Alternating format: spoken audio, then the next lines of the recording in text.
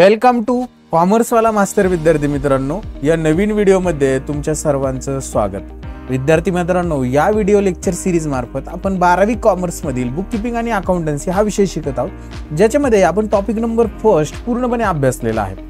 त्याची व्हिडिओ जर तुम्हाला बघायची असतील तर त्या व्हिडिओची प्लेलिस्टची लिंक मी डिस्क्रिप्शन बॉक्समध्ये देऊन ठेवलेली आहे, तिथे जाऊन तुम्ही ते बघू शकता। विद्यार्थी मित्रांनो, आपण topic number 2 account for not for profit concern हा अभ्यासतोय। याच्यामध्ये आपण या टॉपिकची संपूर्ण थेअरी, बेसिक कन्सेप्ट, ॲडजस्टमेंट सगळे अभ्यासलेले आहेत आणि सॉल्व प्रॉब्लेम देखील अभ्यासलेले आहेत। अनसॉल्व प्रॉब्लेम 9 अभ्यासलेले आहेत। आज आपण 10वा प्रॉब्लेम अभ्यासणार आहोत। तर या टॉपिकचे लास्ट थेअरीचे आणि प्रॉब्लेमचे व्हिडिओ जर तुम्हाला बघायचे असतील तर त्याची देखील लिंक मी डिस्क्रिप्शन बॉक्समध्ये देत आहे, तिथे जाऊन तुम्ही ते बघू शकता। विद्यार्थी मित्रांनो, या व्हिडिओमध्ये तुम्ही जर पहिल्यांदाच आलेला असाल तर नक्कीच तुम्हाला या चॅनलला सबस्क्राइब करायचं आहे, जेणेकरून तुम्हाला मी जे व्हिडिओ अपलोड करील ते वेळेच्या वेळी मिळत राहतील। विद्यार्थी मित्रांनो, आज आपण एक्झाम्पल नंबर 10 अभ्यासणार आहोत। प्रॅक्टिकल एक्झाम्पल म्हणजेच अनसॉल्व एक्झाम्पल नंबर 10 अभ्यासणार आहोत।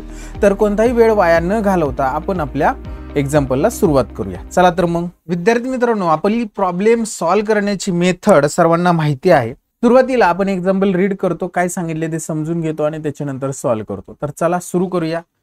मी काय करतो, थोडंसं हे झूम करतो जेणेकरून तुम्हाला अजून ते क्लिअर दिसेल।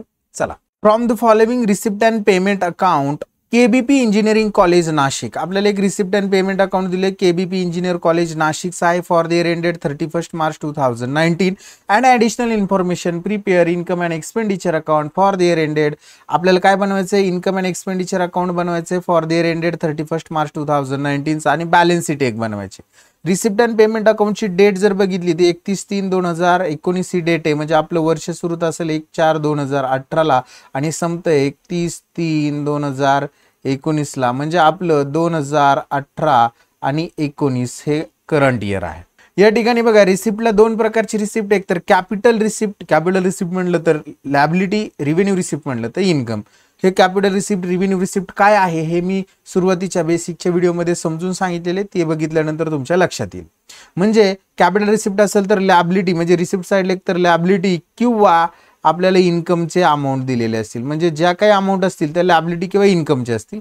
पेमेंटला कॅपिटल पेमेंट असेल तर आपली असेट असणार आहे आणि रिव्हेन्यू पेमेंट असेल तर आपले एक्सपेन्सेस असणार आहे। म्हणजेच पेमेंटला ज्या अमाऊंट असतील ते एकतर असेटचे किंवा एक्सपेन्सेसचे असतील। हे समजून घ्यायचे। रिसिप्टला आपल्याला लायबिलिटी आहे का इन्कम दिले ते समजायचे।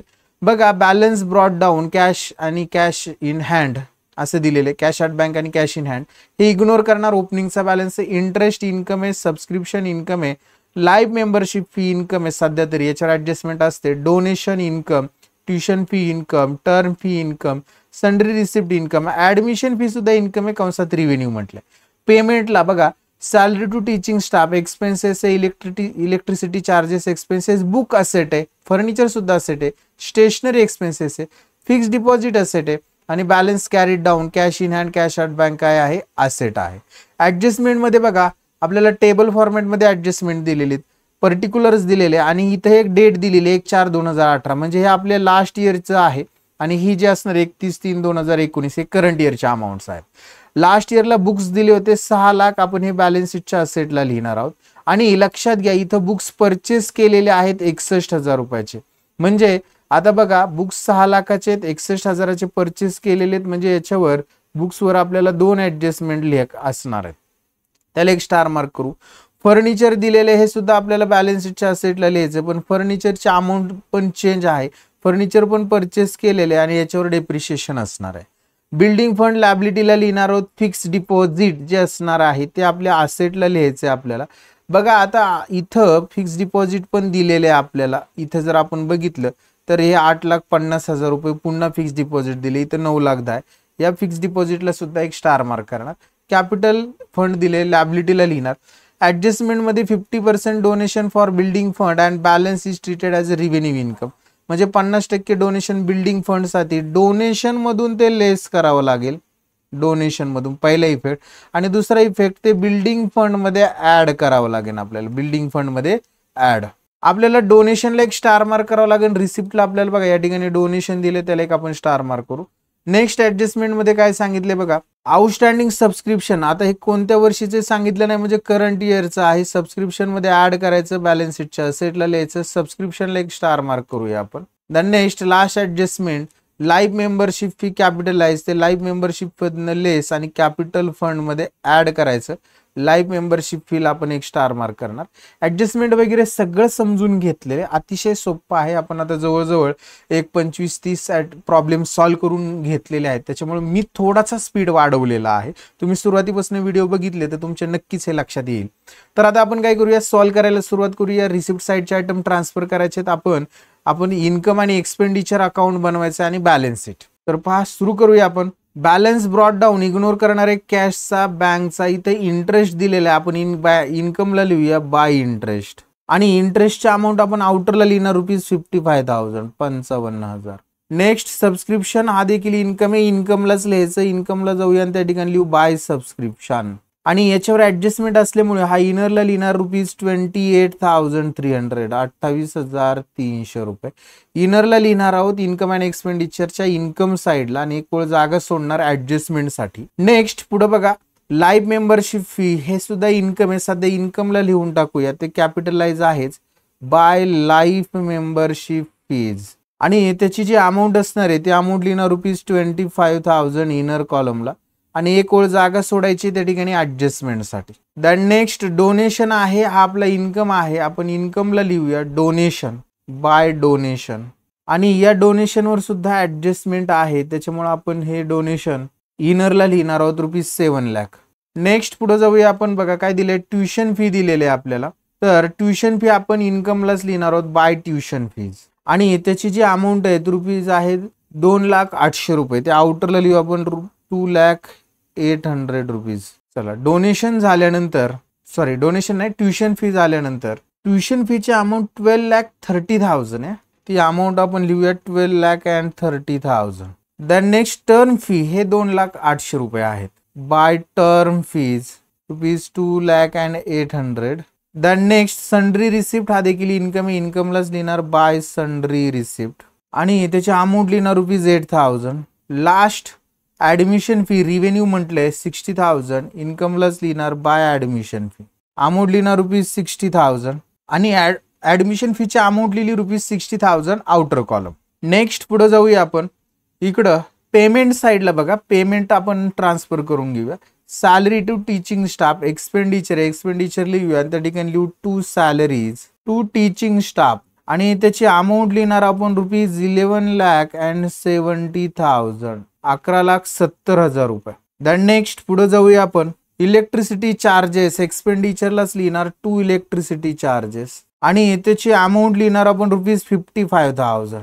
नेक्स्ट बुक्स, हे आपली असेट आहे, बॅलन्स शीटच्या असेटला जाऊया. सुरुवातीला बुक्स असं लिहूया आणि हे पेमेंटला दिलेली जी अमाऊंट आहे ती परचेसची आहे, त्यामुळे add purchase of new books आणि त्याची अमाऊंट आपण लिहिणार आहोत त्या ठिकाणी ₹61,000 आणि याच्यावर डेप्रिशिएशनचे अजून एक ऍडजस्टमेंट असल्यामुळे आपण अजून 2 ओळी जागा सोडणार आहोत.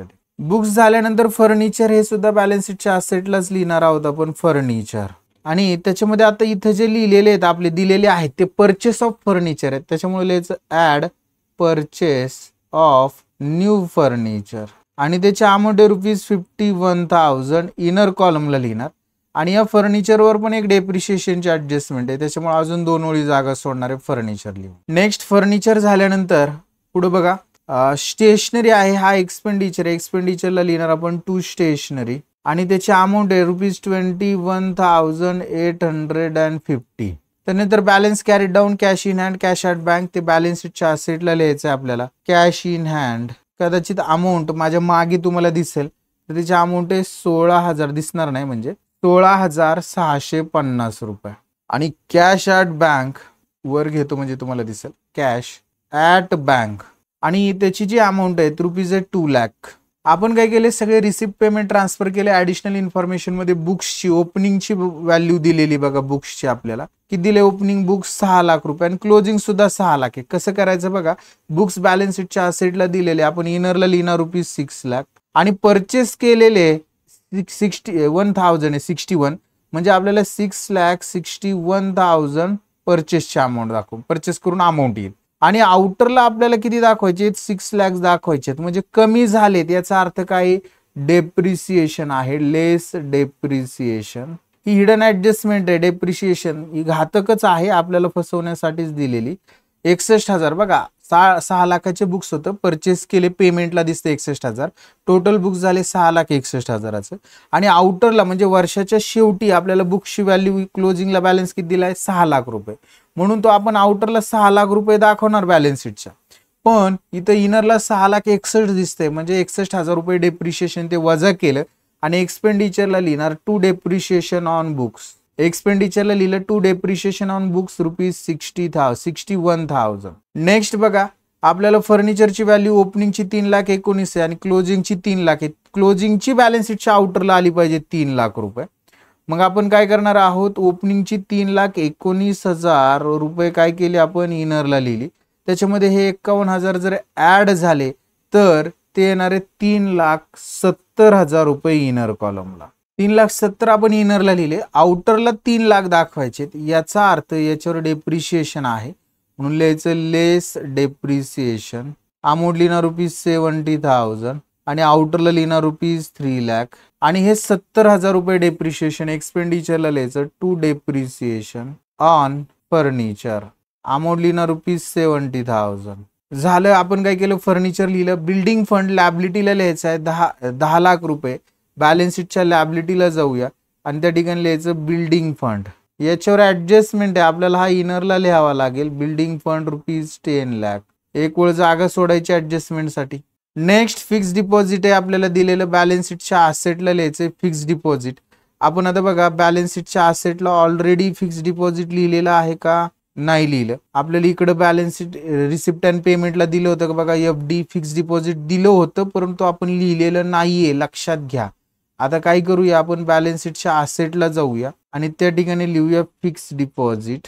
आणि त्याची बघा इथली जी जुनी अमाऊंट आहे ती लिहून घेऊया अगोदर, आणि नंतर आपल्याला जे पेमेंटला केलेले फिक्स डिपॉझिट 9,10,000 रुपये आपण इनरला घेऊया, 9,10,000 रुपये.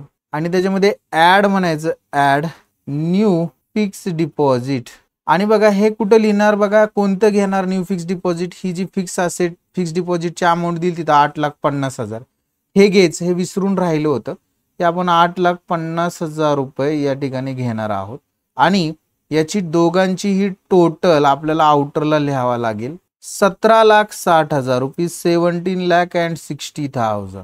नेक्स्ट पुढे जाऊया आपण. कॅपिटल फंड दिलेला आहे आपल्याला. कॅपिटल फंडची अमाऊंट दिली 9,47,400. बॅलन्स शीटच्या लॅबिलिटीला जायचं आणि त्या ठिकाणी लिहायचं कॅपिटल फंड 9,47,400. आणि आता ऍडजस्टमेंट मध्ये बघा 50% डोनेशन फॉर बिल्डिंग फंड, म्हणजे आता डोनेशन आपण आपल्या इन्कमला दाखवले त्यातलं 50% अमाऊंट जे असणार आहे लेस 50% फॉर बिल्डिंग फंड. बघा 7 लाखाच्या 50% 3,50,000 रुपये आपण घेणार. आउटरला 3,50,000 येणार. आणि याचा दुसरा इफेक्ट बॅलन्स शीटच्या असेटला लॅबिलिटीला आपण जिथं बिल्डिंग फंड दिले त्या ठिकाणी लिहायचं ऍड 50% डोनेशन. अमाऊंट लिहिणार ₹3,50,000. आउटरला 13,50,000 रुपये. फर्स्ट ऍडजस्टमेंट झाली. सेकंड मध्ये आउटस्टँडिंग सबस्क्रिप्शन 5,300 रुपये आहे. आपण बॅलन्स शीटच्या आपल्या इन्कमला लिहिले सबस्क्रिप्शन, त्या ठिकाणी जायचं लिहायचं ऍड आउटस्टँडिंग सबस्क्रिप्शन. अमाऊंट लिहिणार ₹5,300. आणि याची टोटल आपण आउटरला घेणार आहोत ₹33,600. आणि हे सबस्क्रिप्शन बॅलन्स शीटच्या असेटला लिहायचं आपल्याला आउटस्टँडिंग सबस्क्रिप्शन. अमाऊंट लिहिणार ₹5,300. 5,300. Last life membership fee, capitalise life membership fee आपण आपल्या इन्कमला लिहिले, त्या ठिकाणी याचं म्हणायचं लेस पूर्णच्या पूर्ण कॅपिटलाइज. आणि 25,000 पूर्णच्या पूर्ण वजा होतील, आउटरला नील येणार आहे. आणि याचा दुसरा इफेक्ट लॅबिलिटी साईडला जायचं आणि त्या ठिकाणी आपल्या कॅपिटल फंड मध्ये लिहायचं ऍड लाईफ मेंबरशिप फीज. आणि त्याची अमाऊंट लिहिणार ₹25,000. आणि याची टोटल इनरला लिहिणार आपण 9,72,400. अशा पद्धतीने आपण सगळे ऍडजस्टमेंट केलेले आहेत. आता क्लोज करायला सुरुवात करायची. पहिल्यांदा income and expenditure account close करायचं. जर अंदाज घेतला तर आपल्याला इन्कमची टोटल जास्त भेटणार आहे, ती असणार आहे 19,37,400. इन्कमची टोटल 19,37,37,400 रुपये. तेच इकडे इन्कमला लिहिणार आपण 19,37,37,400 आणि या सगळ्या इन्कमच्या अमाऊंट जर एक्सपेंडिचरच्या अमाऊंट जर वजा केले आपण तर आपल्याला सरप्लस भेटणार आहे 5,59,550 रुपये. याला लिहायचं आपण टू सरप्लस कंसात लिहायचं excess of income over the expenditure. आणि हे 5,59,550 आपल्या कॅपिटल फंड मध्ये ऍड म्हणायचं सरप्लस बॅलन्स शीटच्या लायबिलिटीला. 5,59,550 ऍड करायचे आणि याची टोटल आपण आउटरला घ्यायची 15,31,950 हा आपला कॅपिटल फंड आउटरला येईल. आणि जर आता आपण बॅलन्स शीटची टोटल केली लायबिलिटी साइडची तर ते आपल्याला भेटणार आहे 28,81,950 रुपये. आणि असेटची सुद्धा तेवढीच असेल 28,81,950. अशा पद्धतीने हे एक्झाम्पल आपण सॉल्व्ह केलेलं आहे. आय होप विद्यार्थी मित्रांनो हे एक्झाम्पल तुम्हाला समजलेलं असणार आहे. जर समजलेलं असेल तर व्हिडिओला लाईक करा, तुमच्या वर्गमित्रांपर्यंत व्हिडिओ शेअर करायला विसरू नका. आणि नेक्स्ट व्हिडिओमध्ये आपण नेक्स्ट एक्झाम्पल बघणार आहोत. तोपर्यंत सर्वांना बाय, टेक केअर.